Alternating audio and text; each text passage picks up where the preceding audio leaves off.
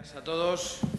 Muchas gracias por invitarnos a esta jornada. Yo creo que el turismo esté presente en una jornada en el medio rural significa que las cosas se están haciendo bien y que este es el camino que hay que seguir haciendo.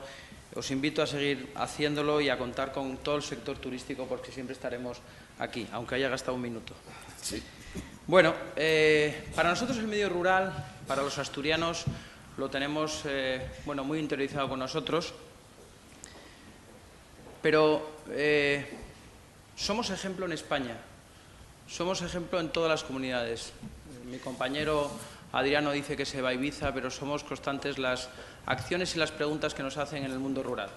Por lo tanto, muchas veces se dice que el mundo rural, la oferta turística del mundo rural es excesiva. Yo creo que lo que es que hay poca promoción del medio rural y del turismo rural. Si tuviésemos más promoción, posiblemente esa excesiva oferta que dicen que tenemos, pues sería menor. Yo me voy a centrar y me van a permitir que me centre solamente en la gastronomía, porque mis compañeros de turismo pues hablarán de otros subsectores. La gastronomía y el medio rural van parejos, van de la mano y es uno de los grandes motores económicos del medio rural si lo sabemos aprovechar. Si estamos de acuerdo que el turismo en el medio rural es una realidad, la gastronomía es una punta de ese iceberg donde tenemos claros ejemplos. Los mejores restaurantes con estrella Michelin en Asturias están en el medio rural. Casi los mejores restaurantes en casas de aldea, en esas marcas de calidad que el Principado ha desarrollado, están en el medio rural. Por lo tanto, desde el ámbito de la gastronomía, creemos que debemos de seguir apoyando las políticas agroalimentarias de los productos y de los productores. Es necesario seguir trabajando para que los establecimientos hosteleros centrados en la gastronomía puedan tener mayor acceso a los productos y a los productores.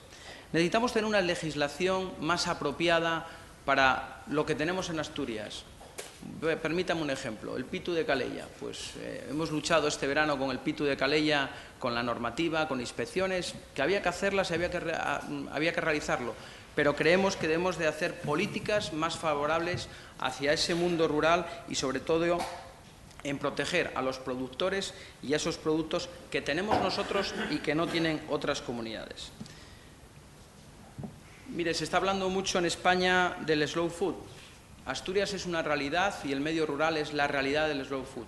Tenemos claros ejemplos de restaurantes, de guisanderas, que están trabajando en este medio y que necesitamos seguir trabajando en el desarrollo de ese producto sostenible, de ese producto cerca del restaurante, porque el turista es lo que quiere. El turista quiere ese elemento diferenciador. José, un minuto.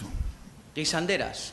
Tenemos un club de guisanderas único en España, que se dedican única y exclusivamente a proteger el producto y los productores asturianos. Y desde el medio rural creo que hay que seguir desarrollando este tema. ¿Qué necesitamos en el mundo turístico y con el apoyo del medio rural? Comunicaciones. Seguimos necesitando comunicaciones. Nuevas tecnologías. Miren, es mentira que el turista que viene a Asturias quiere estar incomunicado.